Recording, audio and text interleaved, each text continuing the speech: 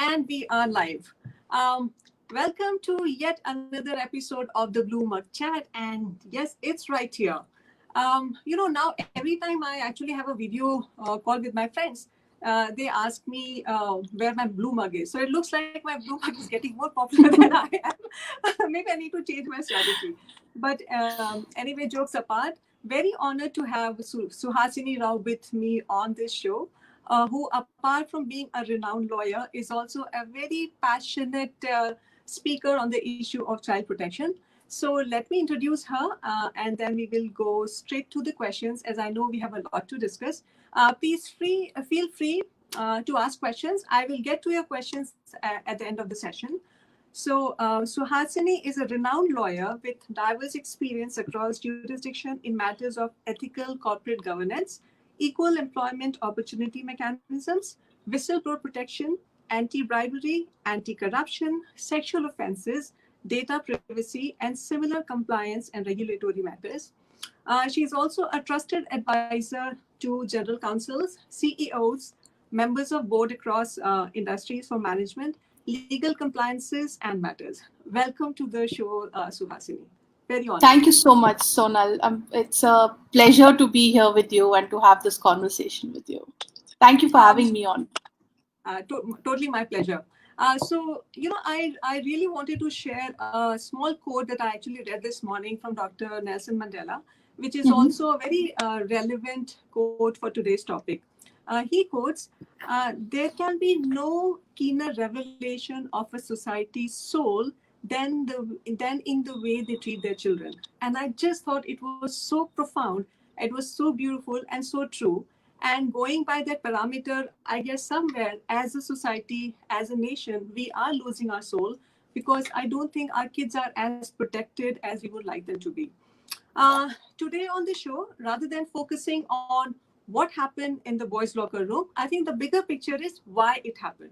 I think there is a certain lack of conversation regarding sex education with our kids, tad bit irresponsible parenting on our end, and overexposure to sexism to the kids through social media and other platforms.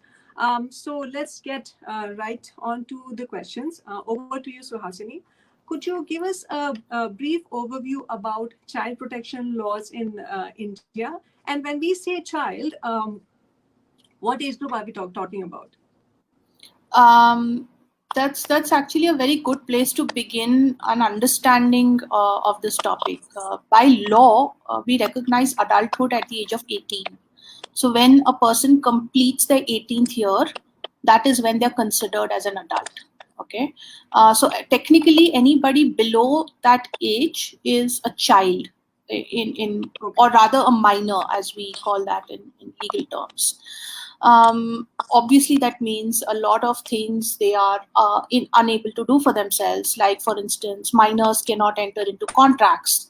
Minors can't, execute property deeds and things like that. So that's one of the things that which most of us are aware of. But when it comes to marriage and sexuality, the reason I'm using marriage over here so early on is because in India, the only time we are comfortable talking about sexuality is within the parameters of a legally recognized marriage. Broadly speaking, yeah. So by Indian law, we still recognize child marriages, which is a very strange thing. I mean, in popular belief, we believe that we are a country that does not like child marriages. We don't like, things that happen at Pushkar during Tej every year. We hear about it, and we all have these, firm beliefs that we are a country that, as a nation, we've progressed beyond it. But in law, child marriages are still recognized, very much recognized. And that's an important point to understand. Why? Because it means that we haven't yet separated our religious and socio-cultural understanding of marriage and sexuality from the legal understanding of it yet, right? It's still very much intertwined. In terms of the laws that exist, okay, the most talked about one nowadays is the acronym is POCSO, that is Protection of Children from Sexual Offences Act, which came out in 2012. And it criminalizes a whole sort of sexual behavior against anybody who's below the age of 18, and considers it to be a grave form of offense. It is criminal now to indulge in sexual activity with anybody below the age of 18, because it is presumed that somebody below the age of 18 is incapable of giving consent. That's one of the primary concepts, right? And but again, it is not a complete statement. Why? Because there are states which recognize a younger age of consent. So especially for those of us who watch a lot of American media, we've heard of this concept called statutory rape, which means that sexual activity with anybody who's below a certain age is prohibited, irrespective of whether that person has given consent or not, because it is presumed that below a certain age, we are unable to understand what we are consenting. Yeah. And this is a very interesting point, which I hope that we talk about a little bit later on or also in our conversation. So POCSO prohibits sexual activity with people below the age of 18. But there are challenges within it, because some states say, even people as young as 16 can get married, which means you've already created that dissonance between a 16-year-old and an 18-year-old over here, right? The law is different because you live in a different state. That's one thing that's happening. There are other laws also. For instance, nowadays, acid attacks, voyeurism, stalking, all of these are now criminal offenses. And the beauty of these is that they're no longer age bound, because I'm sure, all of us have been subjected at some point of time to CID and Crime Patrol and all of these on television, and we hear of cases, right? And we hear of these cases of acid attack on young girls. We hear of cases of abduction, child brides, and all of these because of cameras on laptops and phones being hacked, illegal movies or whatever, video recordings being made. Now, irrespective of what age that person is, if it is an offense like, for instance, stalking or voyeurism, then it amounts to an offense. The victim's age is not critical. So for parents and for teachers, it's important to understand these two broad categories of laws. One, which are specifically for the protection of children. So for instance, child labor, child marriage, infanticide, POCSO, all of these, where the age is critical, and all other laws which can apply for protection of children, but which are not necessarily age specific for a child. Yeah, that's the broad overview that I think most people should be familiarize themselves with. I'm just going to quickly take up Shekhar Agarwal is saying unable to log in. I wonder if that's a problem, that's a consistent problem, or guys, could you just send me a message if we are live and are you able to see us? I would really appreciate somebody just letting us know, because I have a message here saying unable to log in, and I'm just wondering, because we are live here and I see that we are. If one of you could just confirm, then we can go on with the show.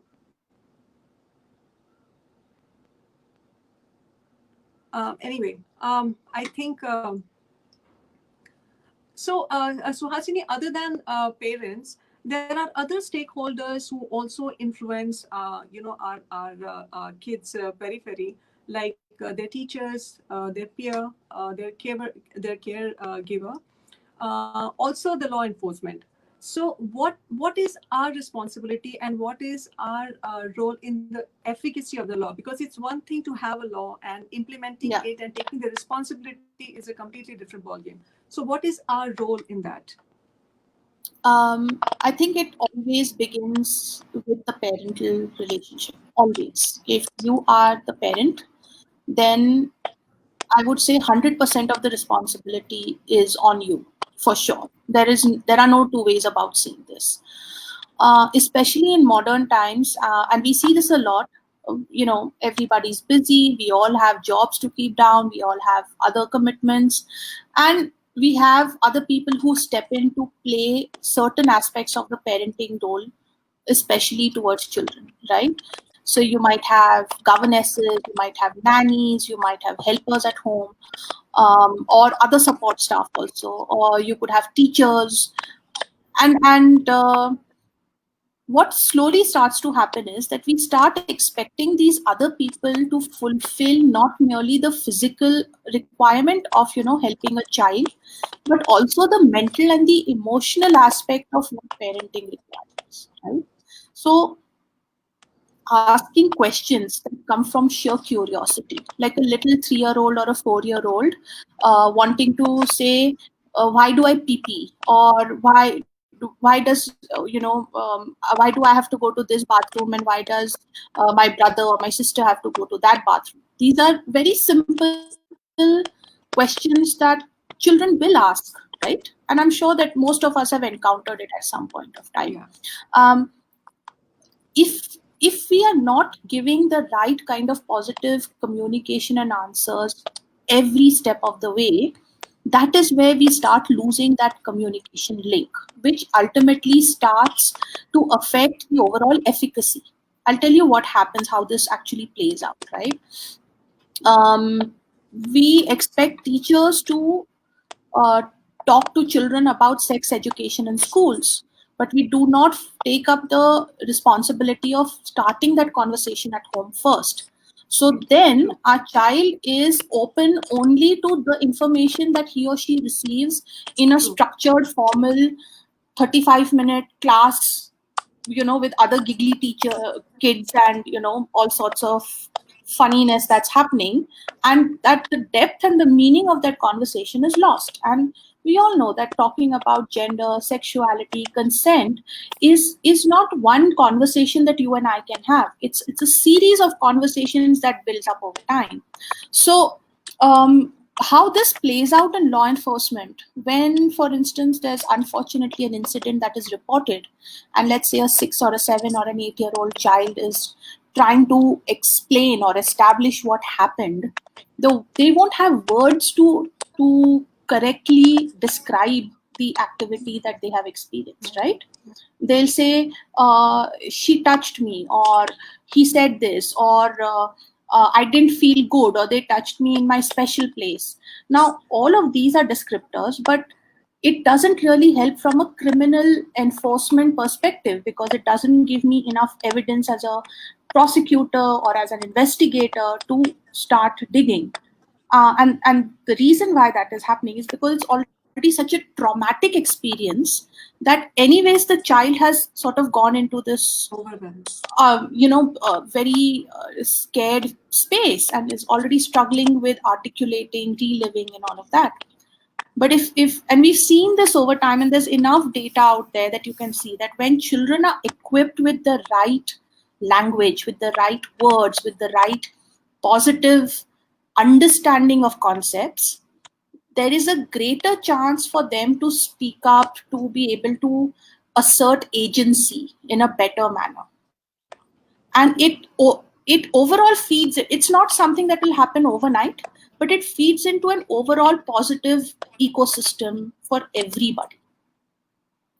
So to answer your question, as in a short recap, it is, what do we all need to know? We need to know basically about a little bit about the law, familiarize yourself a little bit about the law. And more importantly, if you find yourself as an adult in a place where you need to have a conversation with a child, please try and have a age appropriate conversation with that child. Don't shy away from it. Don't shirk it. Don't let your own discomfort with the topic color the communication that happens with the child. Of course, there are boundaries. I mean, what a parent can converse with their child is not what an aunt or an uncle or a teacher can converse. But I'm saying don't shrug it off, or like sort of just brush it under the carpet, kind of a thing. Right. So I think, you rightly said, one of the challenges that we face as a society is that we are not very open to our kids regarding the topic of sex education. Most of the time, I think we leave it to the schools to discuss it, right? Yeah. But also, even if we want to, what are the specific areas that we should actually discuss? Because sometimes, it's there are so many categories to it. So what should, like, when we do talk about them, when we give them the environment where they feel comfortable talking to their parents, what aspects should be covered? That's another very big gray area that we struggle with. Yeah, absolutely. So I think it should always begin with a place of affection. It should always begin with a positive feeling, right? I mean, at the end of the day, yes, we are talking about protection, which is always against a negative occurrence. But why focus only on the negative? Sexuality, gender identity can be a great source of joy and positivity in life, right? It doesn't have to be something that is cloaked in shame. So the first thing is for us as adults to accept that we are all human, and one aspect of being human is a gender identity and our own sexual identity. It's important to accept that, because only when you're completely comfortable in your own skin can you have these sort of positive conversations with other people, right? Especially much more impressionable younger minds. Topics that I would definitely sort of want us to talk about are: what is gender? How is it different from sex? Okay, what is the meaning of a sexual identity and sexuality? Okay, what does it mean to have a gender identity? How is it different from your sexuality? What does consent mean? What is pleasure? Because especially for younger people, let's say right from the time adolescence sets in, puberty sets in, till about your mid 20s, that is what we see. In fact, there's now emerging data across the metro hubs of the country that is the time of maximum sexual experimentation in India, right? If that is the case, then are they talking about practicing safe sexual practices? Are they talking about consent? Do they understand what pleasure and pain is? Are they comfortable articulating yes and no? Because we have such a huge social identity around the word no in India. घर पे भी अगर if you are invited to somebody's home and they offer you tea or coffee, the first thing you're supposed to say is nahi rehne dijiye, like don't. True. We actually want to be asked 3-4 times before we find it socially acceptable to say yes, I'll have a cup of tea. Right? So it's very deeply ingrained, and these behaviors are what manifest as adults in other aspects of our life as well. And also, it doesn't help that Bollywood has given us this completely incorrect, distorted view of what consent is, right? So I'll just leave it at that. But these are the topics that I would definitely say: pleasure, consent, gender identity, sexuality, safe sex, seeking assistance, all of these things. These are topics that definitely need attention. So one of the most controversial, topics, and I guess thanks to Bollywood for making it that, is consent. Yeah. What is the legal definition of consent in India? When is no or no? It's very interestingly, as far as I know, there isn't really a legal definition for consent as such. Who is it? Well, how shall I? Let me see how to put this. We still have judgments where the courts are surprised or talk about surprise that the woman said no once and stopped at that. Patriarchy is so deeply rooted where they expect no to be repetitive, vehement, constant, screaming on the top of your voice, screaming your lungs out. Unless you do all of that, it's apparently not a no. We also have the other end of the spectrum, which is the far more rationals.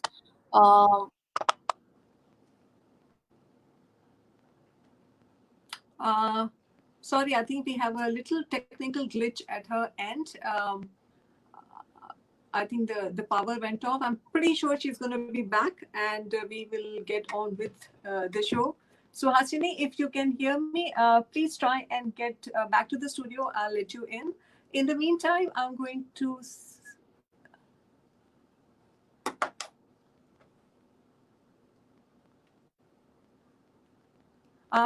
guys, please feel free to ask questions in the meantime, so that when she is here, we have, we don't, I'll just get on to your questions.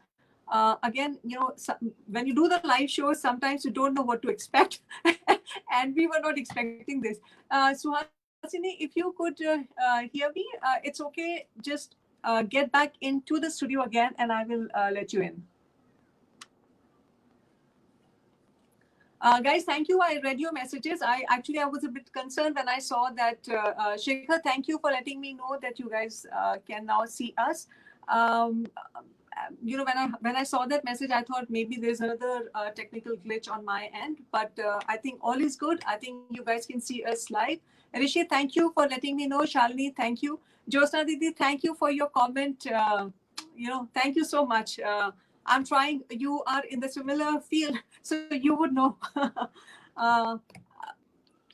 Guys, we'll just wait it out a bit. Should be a few more minutes, and she should be able to get back on. We have so much to talk about. It's really strange that I mean, in my mind, I thought if you say no, it's a no. But I guess there is a deep-rooted psychological aspect to our law also, which actually require women to, like she said, scream at the top of her voice, or just, I don't know. I guess there is a certain image of what the women is supposed to do to make the other person understand that it's a. The other very,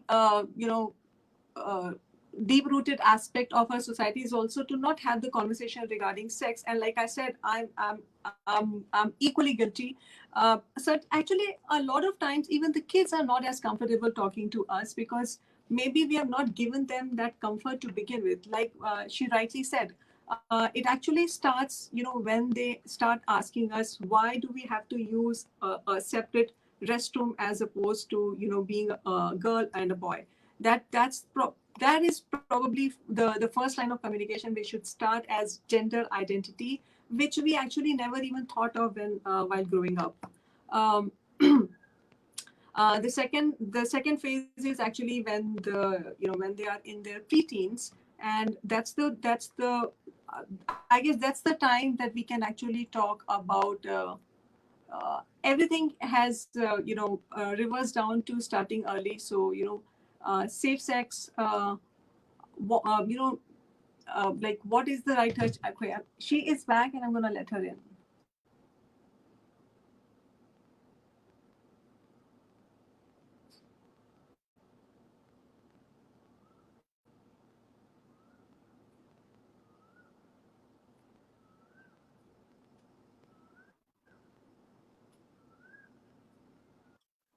All right. Hi, Sonal. I'm so Hi. sorry. Can you hear lost the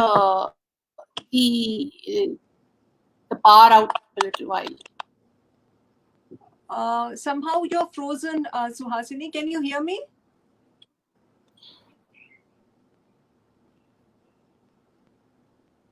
Yeah. Okay. All right. I think. Can you hear me, Suhasini? Sonal?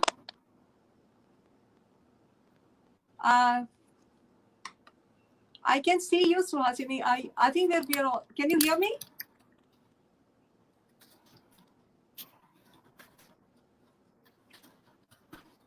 Just wait it out, guys, for a few more minutes. I think she is probably not able to hear me.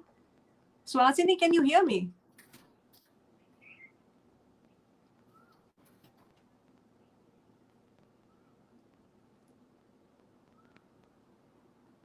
Ranjan, yes.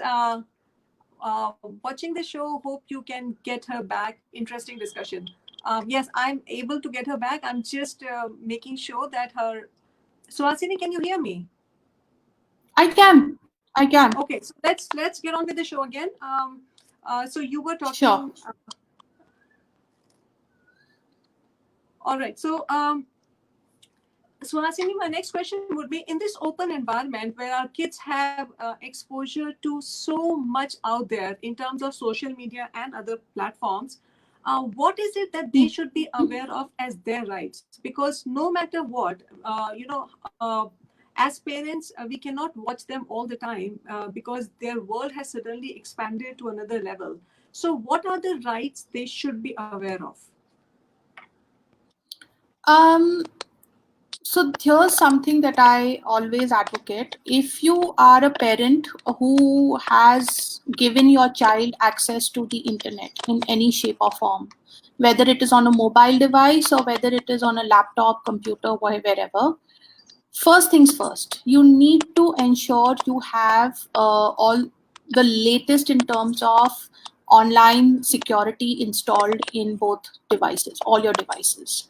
And this is the basic first layer, right? It is protection against hacking, it is protection, it is extra encryption of your data, conversations, all of that. That should be standard practice in your home, right? All devices should have that. Two, especially age appropriateness, it should be who they are talking to. So ideally it should begin with children learning to use a phone to talk to their friends of their age, right?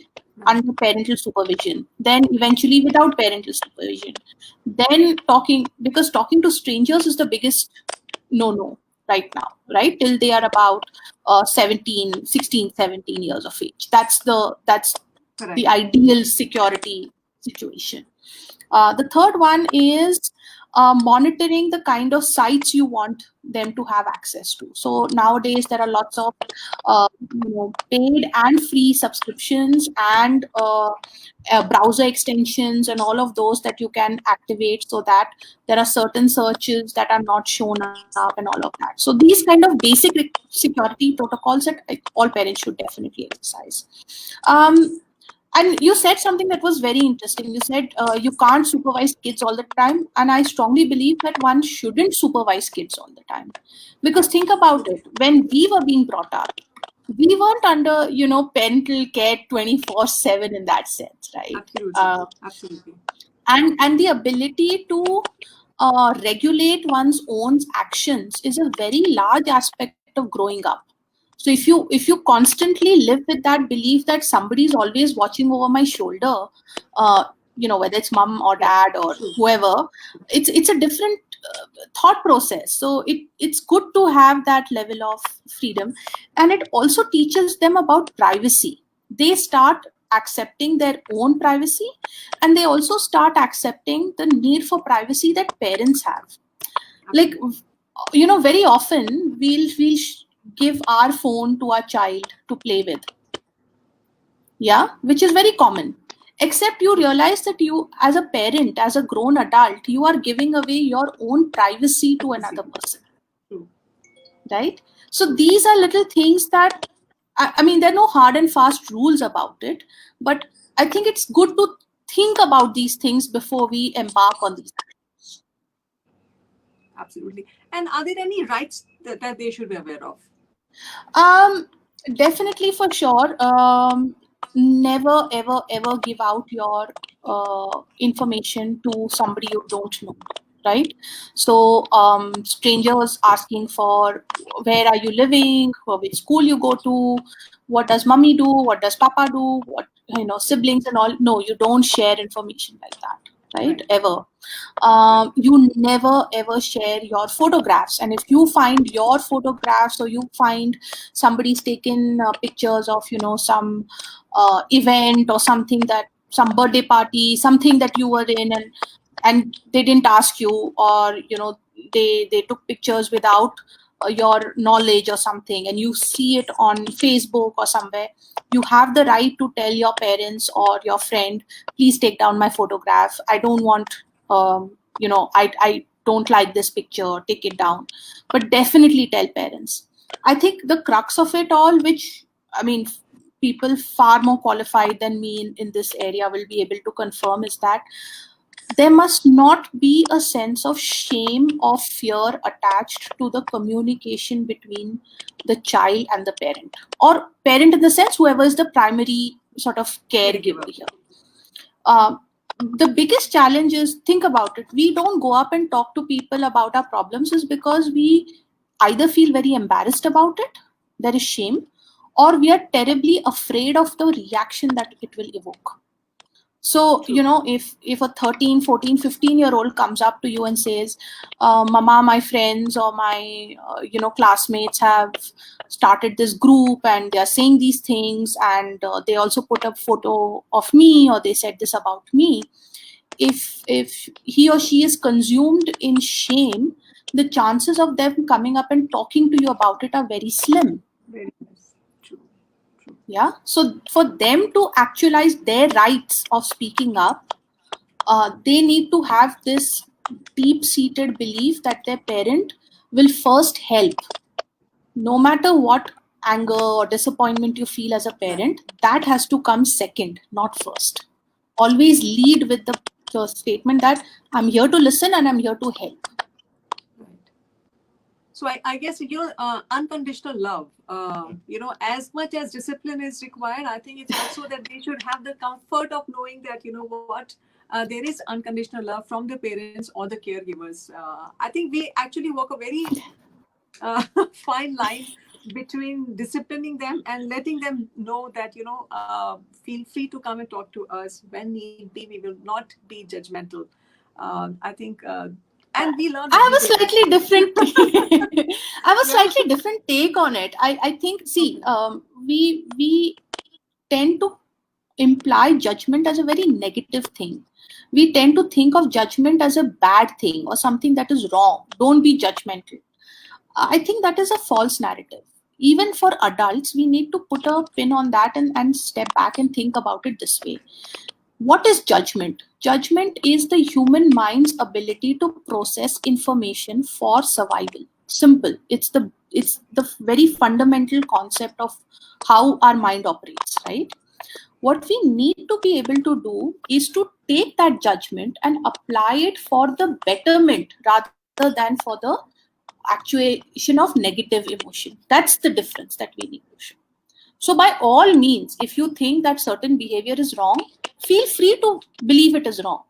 It doesn't necessarily mean you have to say it out loud right then and there. You can pause, think about it, find the right moment, find the right words, and then share your thought about it, right? That is the difference. It doesn't make judgment bad. It makes the behavior pattern associated with it bad. Right. Yeah. I think it's more the reaction versus the response theory. Yes. Yes. No matter absolutely. how much you're riled up, take a step back, count 1 to 10, especially when you're dealing with teenagers. Yes. And then, revisit that, wherever you think you're ready to respond to it rather than react to it. Absolutely. I agree with you on that. Yes. So I think I want to go back to the conversation that we were having before, that technical glitch happened as to the definition of consent. That's a very important topic that we were discussing. So please go ahead. We couldn't finish that conversation. Sure. Then. So consent, in very basic terms, no means no. Full stop. There is no but. There's no semicolon. There is no comma. No is a complete sentence and sentiment of its own. True. What we need to accept is that I don't have to give you an explanation as to why I'm saying no. The simplest example I can give you is this. Let's say you and I are desk buddies, okay? We work at the same company, we sit next to each other every day, different teams or whatever it is, and every day for lunch, we step out together.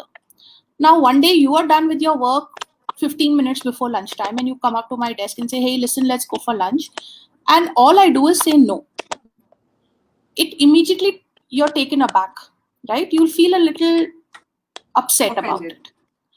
Whereas if I turn around and say, hey, listen, you know what? Today I'm fasting, or today I need to finish work early and head home, or today I'm not feeling too well. Why don't you start without me? Or why don't you go ahead? I'll come half an hour later. You don't feel offended then because you've received an explanation, right? Right. And we've started expecting this explanation. Hmm. The reason why consent is so muddy, especially in India, is because we expect an explanation when we try to communicate a no. So if a woman says no, or if a man says no, the other party wants to know why. They want Why? an explanation. So And true. it's not your right to be given that explanation. You're not entitled to it, right? That's one. The second is, in India, I mean, most people have now watched the very famous No Means No from the movie Pink and all of that. So technically we get it.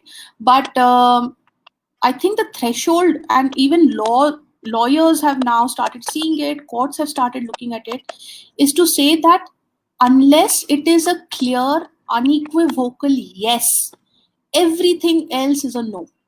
Is a no. Okay. Like the That's so signal good to is know. always red unless it is green. Right. Right. While Okay. for all these years, the presumption is that the signal is green unless Right. somebody puts up the red flag. Correct. We are saying, no, that's not how it works. The signal is always red unless somebody, puts up the green light. And that's a very, very very, very big change in conversation that needs to happen. And only when our children see this happen amongst adults will they start accepting that in their own age and stage. So actually, what you said is very interesting. That the light is red unless it turns green. That's a very, very big statement, and a very strong statement that I think everybody should register in their psyche, because that actually takes care of every aspect of whether you are even in the position of a consent. Because a lot of times, you could be under alcohol, or Whatever. you may be, I mean, there could be several situations where you're not even in the situation of a consent, or saying yes or no for that matter. So thank you. That was very, very nice. And Just yeah. one more point on that, especially we see this a lot nowadays amongst the age group of about 11 to 11 onwards. Yeah, much more about 13, 14, but it starts around 10, 11, not even 10, 11-ish. There's a lot of peer pressure. There's a lot of, especially what we saw in this whole boys locker room, right? And consent, or saying that yes, I will participate in this activity or this kind of talk or this kind of behavior, it sort of gets implied because nobody wants to stand up against the crowd, nobody wants to be the outsider, nobody wants to be left out, right? And peer pressure is very, very difficult to fight at that young age. Yeah. So consent has to be understood from that perspective for those ages and that kind of behavior as well. I'm not condoning it. I'm not saying that it absolves the people from behaving in the way that they did, but it's important for the adults to understand where that consent came from. Right. Okay. I'm going to get on to their comments and questions if they have any. And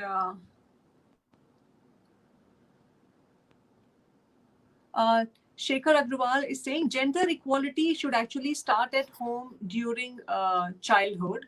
Yeah. Completely agree there, Shekhar, with you. I'm just going to go at the top and see. I was having this conversation. In fact, as somebody's mentioned, gender equality. We were actually talking about how this plays out at home at a very young age. Of course, nowadays, especially in our milieu, in a certain urban reality, it's different. We treat boys and girls pretty much the same, or at least we try to. But it's a very interesting thing. How often do we talk to boys about menstruation, menstrual products, female hygiene, female body changes, and all of those? We talk to our daughters about it, and usually it is mothers who talk to daughters about it.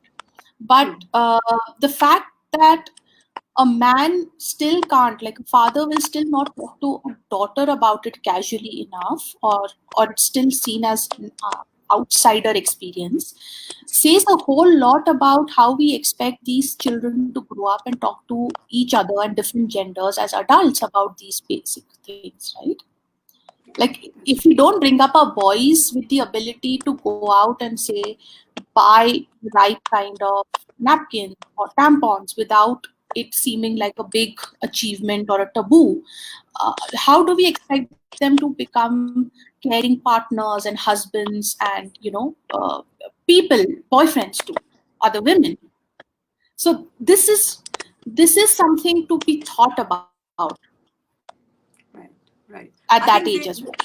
yeah, you're absolutely right. There, I think there is a deep psychological, conditioning that has gone into it to actually come up and there is certain section of the society. I mean, we can't put a blanket, a general Yeah. generic statement like that. But I think to a larger extent, larger percentage of India is still, a mom talking to a girl, because we are not able to create that environment with in the household to give them that comfort actually. But again, it's a Yeah. very difficult balance to achieve, because a lot of times the kids are very hesitant to talk about these topics.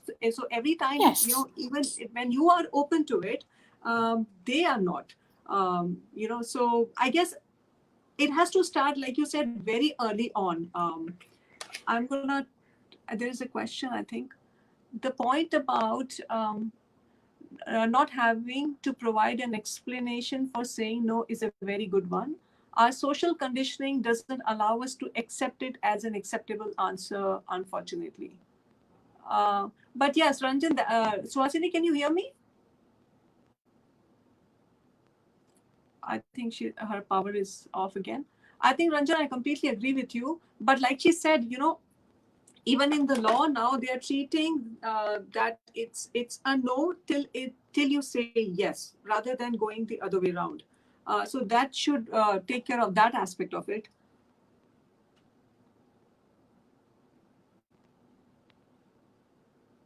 Well, I guess we have, in any case, gone beyond our regular set of time.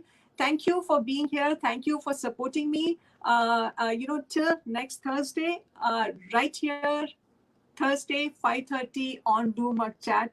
This is Jess Sonal signing off. Before I sign off, thank you so much for all your messages regarding the last show with Tarini. Yes, I know she is a brave heart, and the amount of messages and the comments that I got on that show, it was very heartening. Thank you. Stay with me. I will continue to bring in these topics that actually are relevant under today's circumstances, situations, and the life that we are living in. Also, if there is anything that you guys would like to hear about or have a conversation about, please reach out to me. I will try and definitely bring that conversation on the table as well. This is Jess Sonal signing off from Bloomberg Chat. Till next Thursday, 5:30. Bye.